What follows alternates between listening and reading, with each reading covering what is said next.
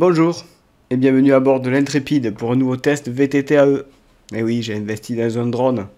Et le jour où j'ai filmé les plans que tu vas voir, j'ai inauguré mon premier vol dans des conditions difficiles à cause des fortes rafales de vent. Nous allons faire 2 escales pour le test de cette Orbea Wild M10 2025. Tout d'abord en Ariège, au col d'Ayens, dans un univers bike park.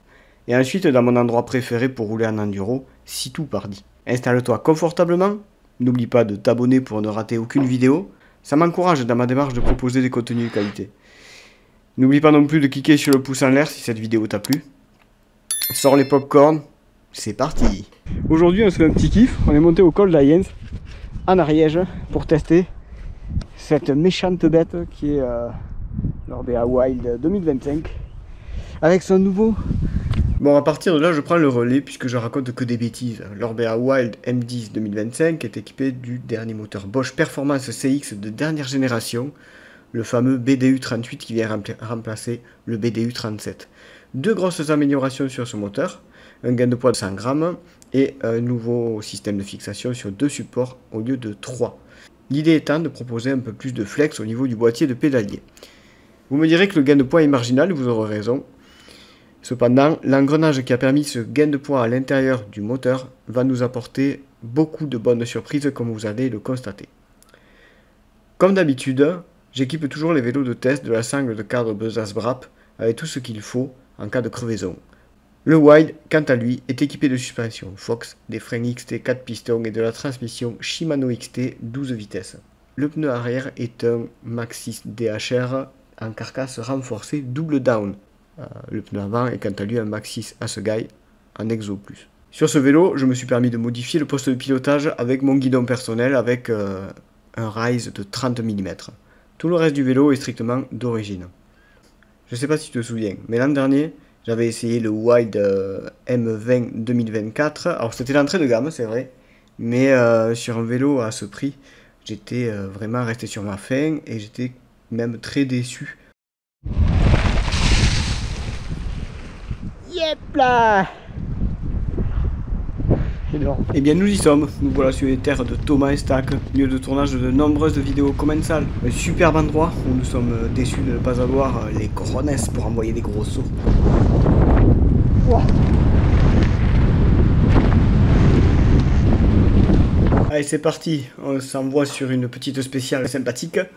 Une fois sur le vélo, on prend rapidement ses marques. Le groupe Shimano XT permet des passages de vitesse fluide, les freins 4 pistons répondent présents à la moindre sollicitation, c'est un bon point. Je me suis senti vite à l'aise sur ce Wild, la position de pélage y est naturelle.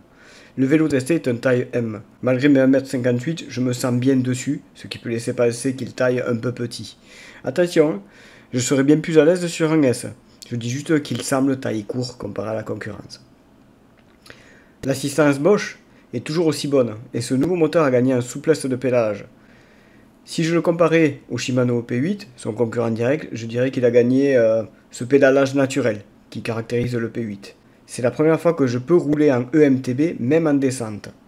C'est-à-dire que même sur les relances, je n'ai pas retrouvé un moteur hyper brutal, comme ça eût été le cas. Et la raison pour laquelle on adore le Bosch, c'est parce qu'il est violent. Là, on garde une rondeur de pédalage qui fait qu'on n'a pas la sensation que le vélo vous emporte vers l'avant, vous emporte dans la pente. Et ça, c'est une très bonne chose. Du coup, ça pousse à aller encore plus vite et encore plus loin. Malgré ses 24 kg, le Wild est très maniable, ce qui donne confiance rapidement. On se sent vite pousser des ailes, et les petites tables, les petits sauts passent sans problème et sans réfléchir. La rigidité du cadre carbone rend ce vélo très vif. Il demande du physique pour être cravaché. Difficile d'être simple passager à son guidon. Il demande à ce qu'on lui rentre dedans. Et plus tu vas en mettre, plus il ira vite. Très vite. Trop vite peut-être. Ouais, dans mon cas, il va beaucoup trop vite. Au bout d'un moment, la fatigue arrive. Et il devient difficile de garder le rythme à son guidon. Mais putain, qu'est-ce que c'est bon quand même.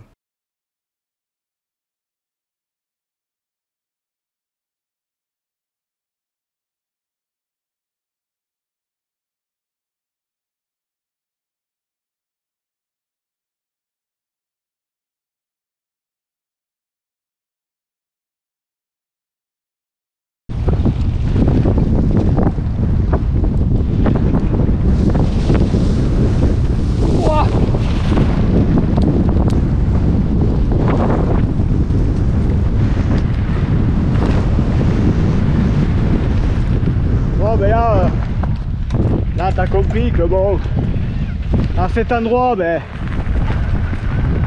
faut savoir sauter et avoir des couilles.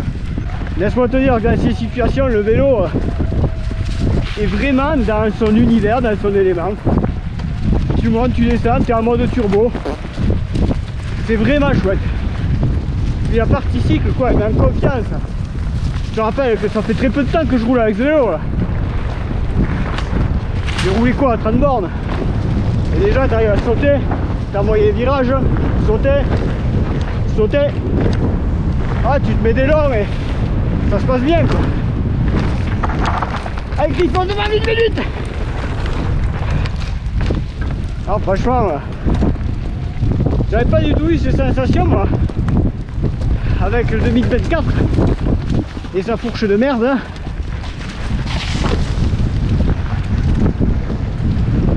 Putain mais c'est incroyable. Il est impressionnant ce vélo, t'es comme à la maison quoi. C'est la première fois qu'on enchaîne tout, non? Ouais, non c'est la deuxième fois. C'est beau hein. Non c'est cool quoi. Voilà, ça met une pression. Oh arrête. Si, je te jure. Moteur, on arrive, je suis à 2 traits de batterie en orange. Quand mon collègue, bon certes il est plus lourd que moi, mais il en est à la deuxième batterie. Ce vélo comparé à celui de l'an dernier, et avec ce nouveau moteur là, ça consomme moins.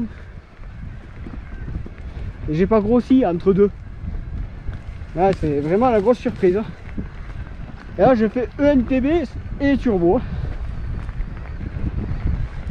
Voilà, la partie cycle de ce vélo est vraiment géniale.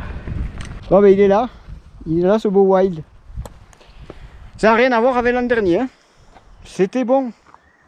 Comme quoi, un bon châssis qui a pas les bonnes suspensions, qui a pas les bons freins, tu te fais chier avec, tu comprends pas ce qu'il veut. Tu prends la même chose un peu améliorée avec un nouveau moteur l'année suivante, une Fox 38 des bons freins et ça y est, tu redécouvres un vélo. On a fait 38 km, je sais pas combien on a de D+, mais je mettrai en description le lien vers la sortie Strava, comme ça vous aurez tout. Mais ça a été du gros plaisir. Nous y voilà, enfin en terre sainte, Sitou. Mon refuge, mes pistes favorites, ma terre d'enfance, des heures et des heures de ride dans cette fameuse montagne noire à la croisée des 3 départements, l'Aude, le Tarn et l'Hérault. Le pic de Nord, visible à des kilomètres à la ronde, culmine à 1211 mètres d'altitude, avec ce qui ressemble à la fusée de Tintin.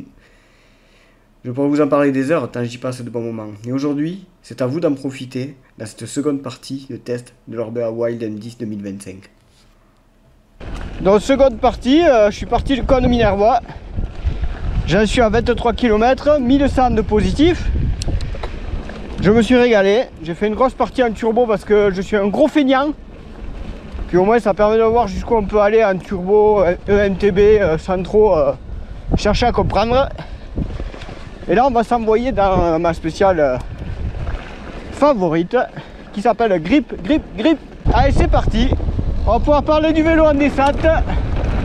Et c'est un putain de missile qui attaque un truc. C'est qu'on y en met dans la tronche.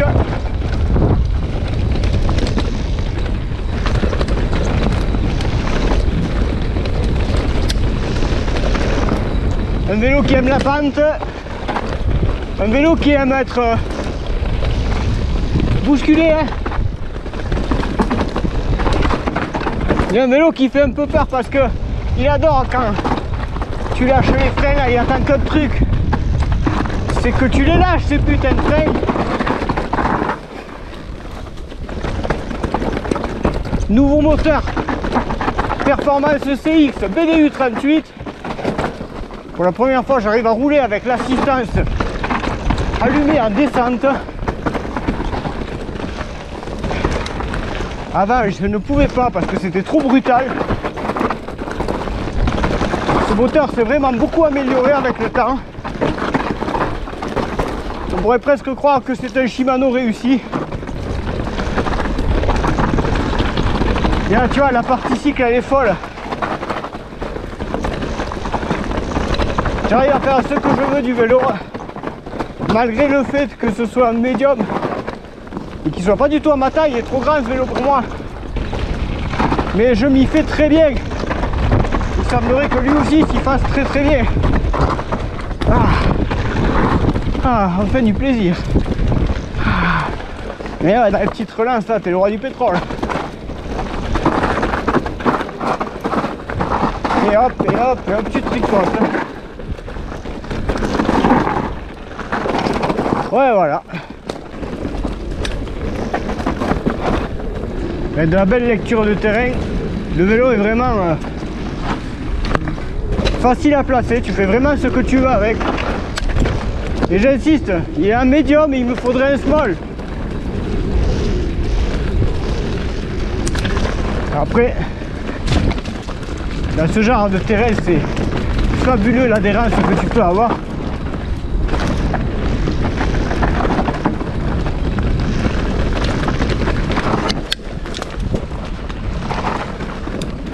Tu vois, là, l'assistance, quand je me suis raté tout à l'heure, elle ne m'a pas gêné du tout.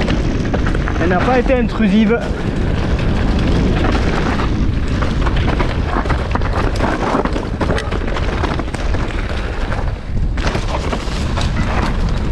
Vraiment un petit plaisir ce vélo. C'est l'occasion de voir comment il monte ce vélo. Il monte super bien. Après, c'est pas le meilleur grimpeur, hein, parce qu'il t'oblige à vraiment te coucher sur le guidon pour pas cabrer, tu vois, comme là. Tu es vraiment obligé de venir te baisser comme ça. Tu vois, par exemple, des trucs comme ça, eh ben, faut être meilleur que moi. Il faut qu'il y ait plus de grip parce que là, moi, j'arrive pas à monter. Allez, petite spéciale marathon. Elle va être un peu longue celle-là. Est-ce que ça va être bien? Ouais, t'as vu, il faut voir l'entrée. Hein.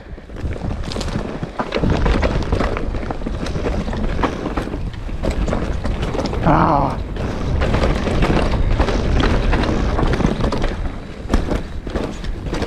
Un peu de pompage. Yes. Il aime l'air ce vélo. Tel un drone. Un avion de chasse. Entre de bonnes mains, il doit aller bien, je te le dis. Wouhou. Déjà, quand tu vois ce qu'il sait faire entre des mains médiocres.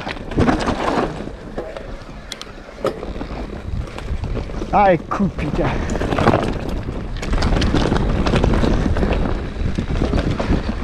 En plus, là, on combine un peu tout. T'as du dévers, t'as du saut, t'as de la relance.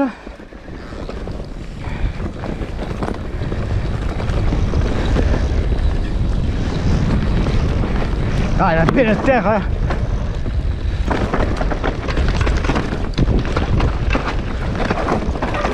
Putain, en été, il va plus rien rester de ça. Tu vois comme il est à l'aise ce vélo en l'air, c'est un truc de fou, quoi. Ah ouais, alors là, dans les relances, c'était le roi du pétrole.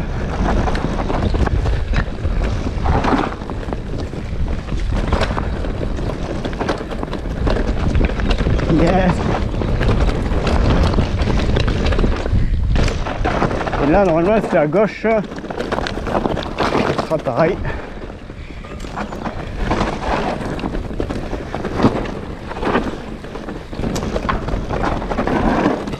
Tu vois, là, tu peux pas mettre la maniabilité en défaut, c'est pas vrai. Ouh là là là là. Ça, c'était pas précis du tout. Ouah, c'est bon quand même. Ah, j'ai fait exprès de me mettre court, hein, je précise. Non, je déconne. Mais voilà, je suis là, quoi. C'est un vélo qui pardonne beaucoup de choses. Encore une fois, comme tous les RBA sont des vélos faciles à rouler et très sains. Oula, la preuve. Putain, ça se voit que je l'ai pas trop roulé celle-là comparé aux autres sensations. Les sensations sont à moitié là, tu sais. Hop.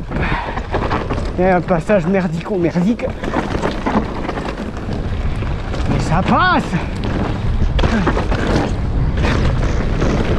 Voilà. Et donc, le côté marathon est ici. C'est que là, on rejoint une ancienne spéciale de l'enduro régional de Sitou.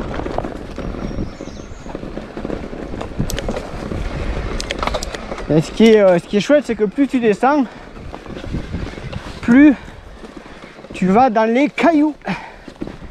Parce que ça sèche. Parce qu'on est plus bas. Et là, ça continue.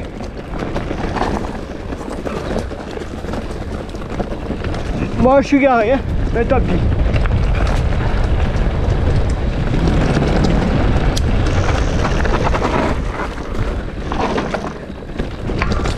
Ah ouais, ça reste un vélo à 24 kg, même s'il est en carbone et tutti quanti.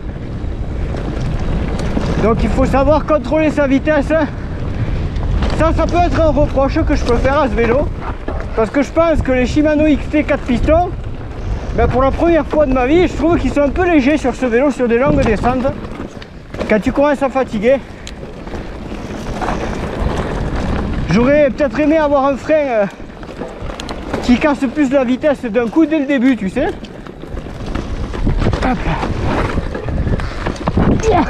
C'était moche ça. Et donc ouais, j'aurais préféré peut-être avoir un frein qui casse plus la vitesse plutôt que d'avoir à rester appuyé. J'ai un truc dans l'œil. Par contre, je trouve que c'est pas forcément un vélo qui te pousse à rouler proprement. Parce que tu vois, tu te mets court, tu fais du sale, bim bam. Il pardonne beaucoup. Je pense que si c'était avec le ride, ce serait pas la même chose. Ça irait pas aussi vite. Ah, ça va bien quand même. Et donc là, tu vois, sur des terrains un peu... pas franchement montant, pas franchement descendant. Voilà, tu sens que c'est un vélo qui fait l'affaire, mais qui est en train de... S'il pouvait parler, il te dirait: putain mec, j'ai pas envie de monter moi. Vas-y, soude, descends, chope-moi une grosse descente. Je pense que c'est ça qu'il pourrait dire s'il pouvait parler. Ou alors c'est moi peut-être. Mais c'est là où le vélo, on peut avoir une sensation un peu lourde à son guidon.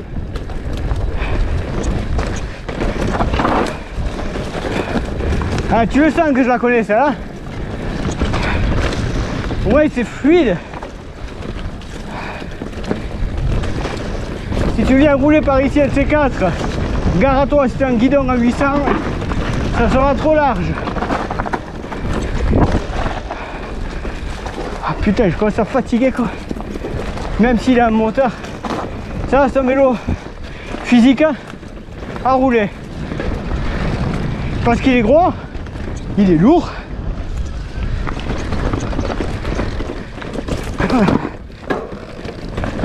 Et tu vois, il se débrouille super bien. Ou c'est moi, je sais pas.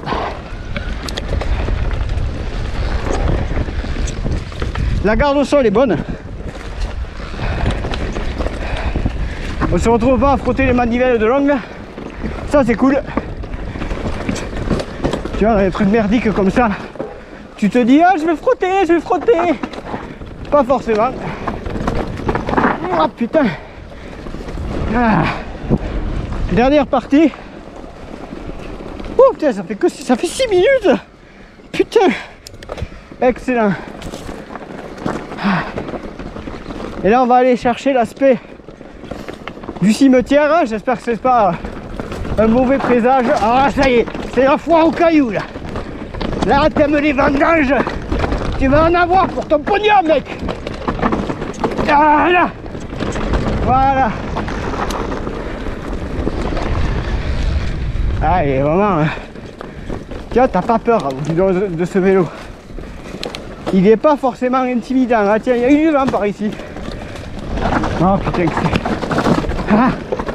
Voilà, alors, la particularité de cette descente là en particulier,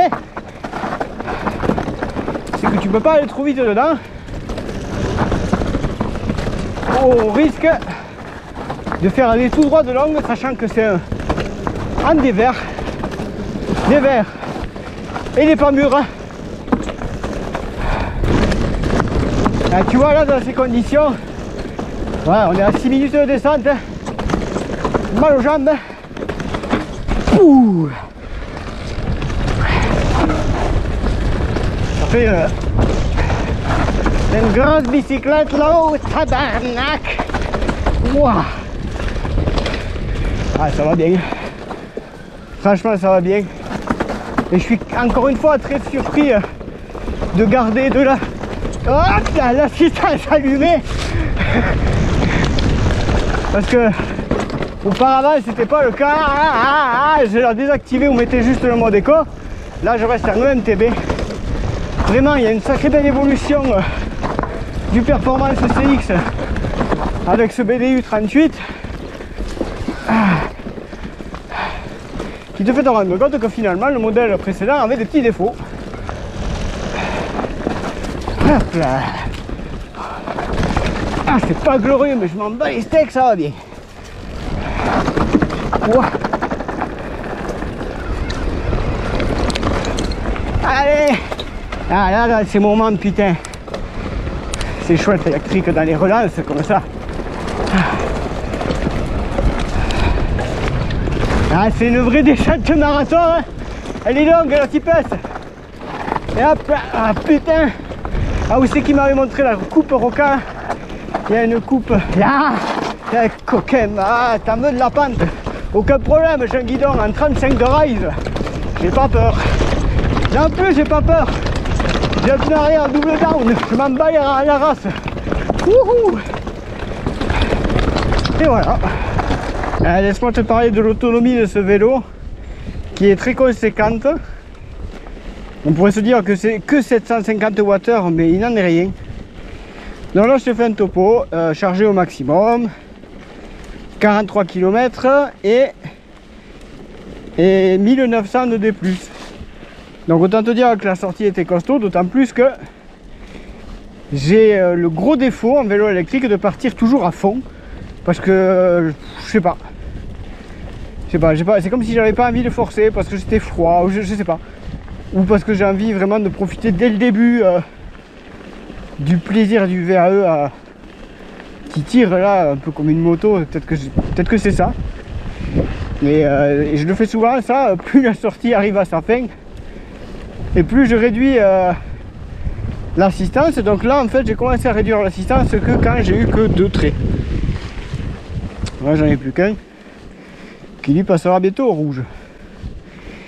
Mais tu sais ce que j'aime quand même sur ce nouveau moteur là, et notamment chez Bosch en fait, hein, sur la gestion de la batterie chez Bosch, ce que j'aime, quand lui va s'éteindre, il t'aura tout donné.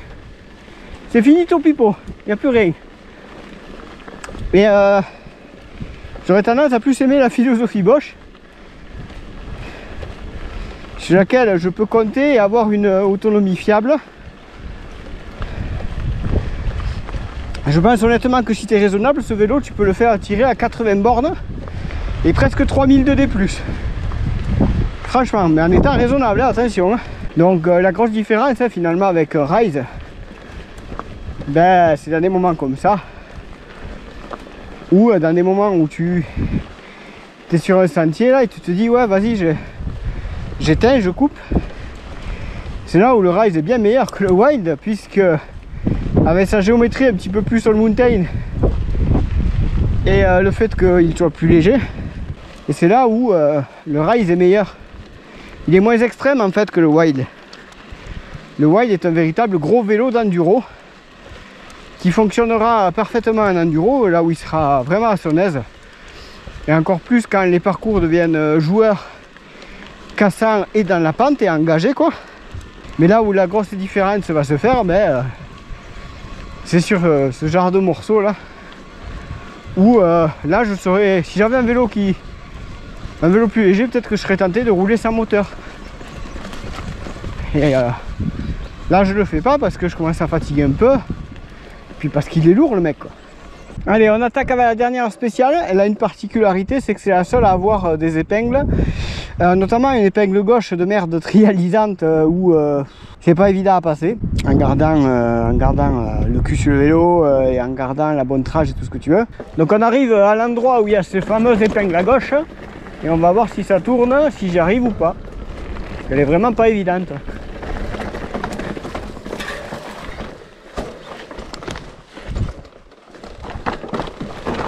Bon, ok, ça rentre, c'est clair.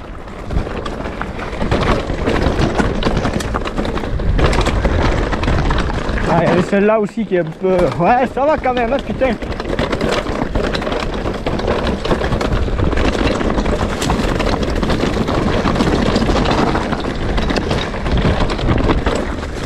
Ah, là, faut aimer les cailloux.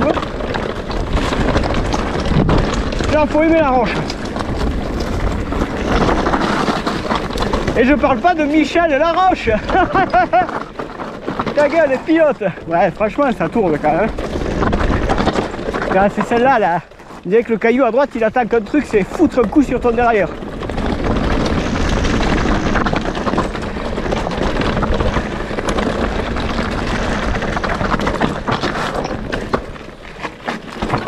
Oh putain. Et voilà. 53 km, 2100 de D+, il reste encore un trait qui n'est pas passé au rouge. J'ai quand même la sensation que c'est sans limite sur ce vélo, c'est ça qui est fou. Et tout en sachant que j'ai beaucoup roulé en turbo et en EMTB. Bon, bref.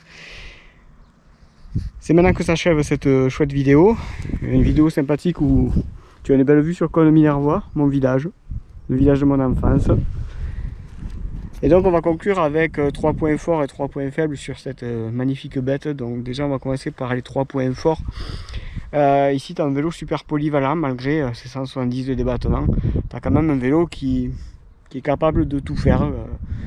Tant du all mountain que du gros enduro, même si c'est vrai que sur le gros enduro il sera beaucoup plus capable que sur du all mountain, ça c'est clair, parce que sur le all mountain, comme c'est un petit peu gros, un peu pâteau, et ben tu peux t'y faire chier un petit peu, et c'est là où le Rise sera mieux.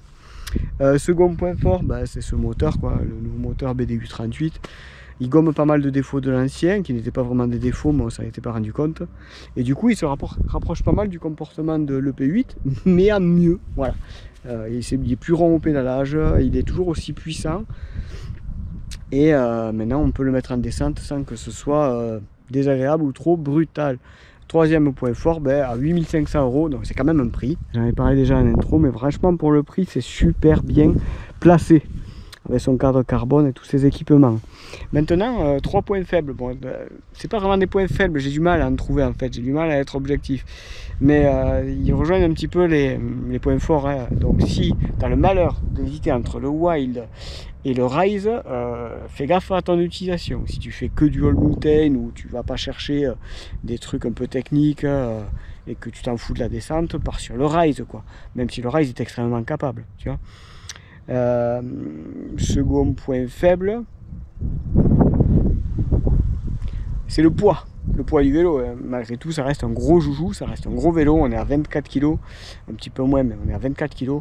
Voilà, ça reste un gros vélo, faut être capable de l'amener. Voilà, faut avoir du muscle, faut être en canne, tu vois. C'est un vélo sur lequel tu te fais chier si tu ne fais que du plat, si tu fais que de petits trucs. Même tu le sens, je pense, désagréable parce qu'il est quand même assez ferme. Et c'est un vélo qui demande du physique pour être amené. Le troisième défaut, pour moi personnellement, j'aurais aimé pour avoir des freins beaucoup plus puissants qui cassent plus fortement la vitesse, plutôt que avoir tendance à rester sur les freins et sentir que le frein est peut-être un petit peu dépassé. C'est terminé pour aujourd'hui, j'espère que cet essai en 2 parties avec quelques plans avec le drone t'a plu. Moi je me suis régalé à le tourner, j'ai pas mal galéré à trouver les bonnes conditions climatiques pour le faire. Parce que bon, on a l'impression que le beau temps a du mal à s'y mettre. Là tu vois il fait soleil, mais ce matin je me suis gelé les cakes. Donc n'hésite pas à t'abonner à la chaîne, à cliquer sur la petite cloche.